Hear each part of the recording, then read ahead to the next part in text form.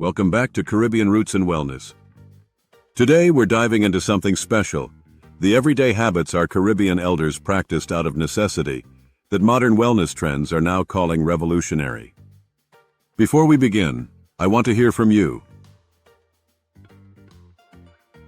What's one thing your grandparents or elders did that you didn't understand back then, but now you realize was actually wise? Maybe it was something simple, something everyday. Share your memories in the comments, and don't forget to like, subscribe, and share this video with someone who appreciates the wisdom woven into our Caribbean roots. Let's get into it. Growing up in the Caribbean, we didn't have fancy wellness routines. We had what we had, and we made it work. But now science is catching up to. The same poor man's habits our elders used are being rebranded as luxury health practices. So here's a countdown of 8 poor man's habits that turned out to be rich in benefits. Number 1, the washcloth scrub. Lymphatic drainage before it was trendy. Let me take you back. You're standing in a zinc-roof bathroom, and your grandmother is holding a washcloth that looks like it's been through generations. She dips it in water, soaps it up, and starts scrubbing. Not gently, mind you. She's scrubbing like she's trying to erase your sins. Turn around, she says. You not bathing properly. That textured cloth wasn't just for cleanliness. It was exfoliation, circulation, and lymphatic drainage all in one. Now people pay for spa treatments to do what our elders did with a rag and a bar of blue soap. Number 2, walking everywhere. Cardio without the gym. Many of us didn't have cars. We walked to school, to the market, to church and back. Sometimes barefoot, sometimes in shoes that had more holes than sole.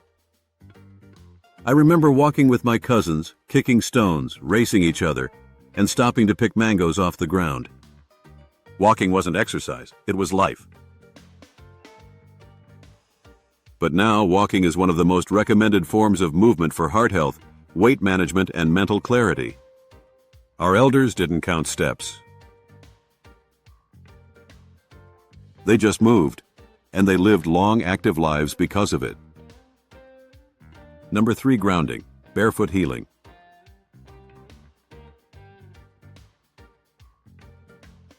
Today, grounding is a wellness buzzword.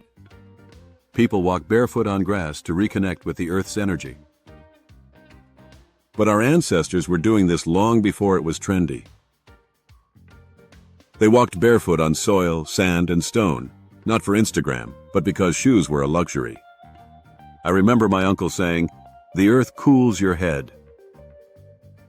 And he'd walk outside barefoot, even after the rain. This connection to the earth helped reduce inflammation, improve sleep, and balance the nervous system. Of course, if you live in a cold climate or somewhere with thorns, be careful, but consider grounding safely when you can.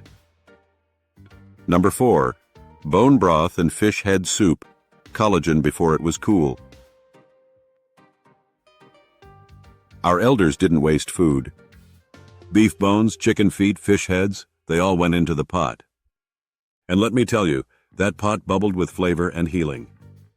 I remember my grandmother making fish head soup and telling me, "The head have the best part." I didn't believe her until I tasted it. These broths were rich in collagen, minerals, and amino acids that support joint health, skin elasticity, and gut healing.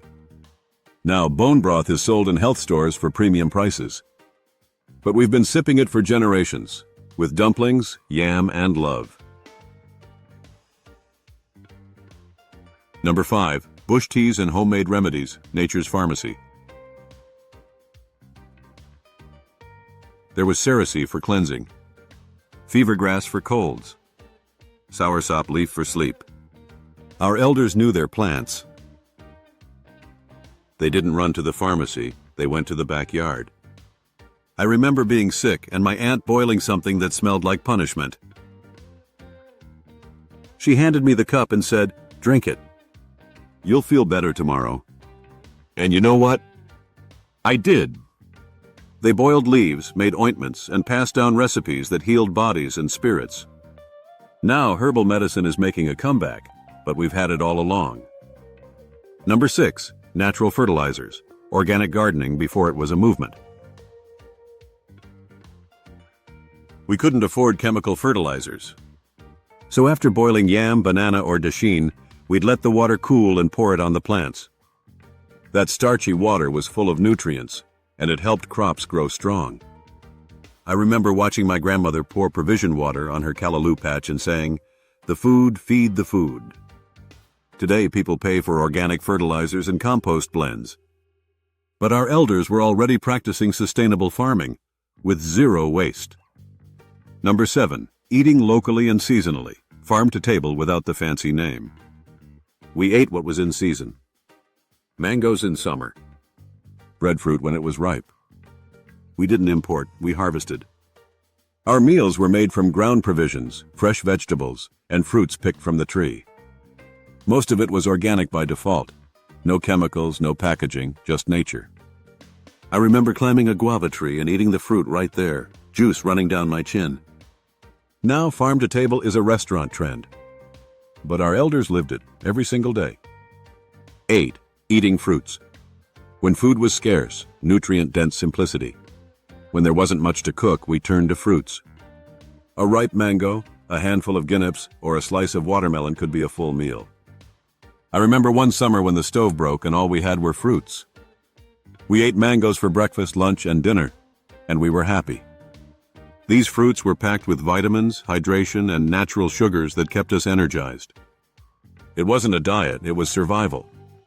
Now, fruit-based fasting and raw food diets are seen as wellness strategies. But our elders were already living that life, with nothing but nature's bounty and a deep understanding of its gifts. So the next time you hear about a wellness trend, ask yourself, did my grandma already do this? Because chances are she did, and she did it with love, wisdom, and no fancy labels. Drop a comment below. Which of these habits do you remember? Which ones are you still practicing today? Don't forget to like, subscribe, and share this video to keep our cultural wellness wisdom alive. Stay rooted. Stay well. This is Caribbean Roots and Wellness. Thanks for watching.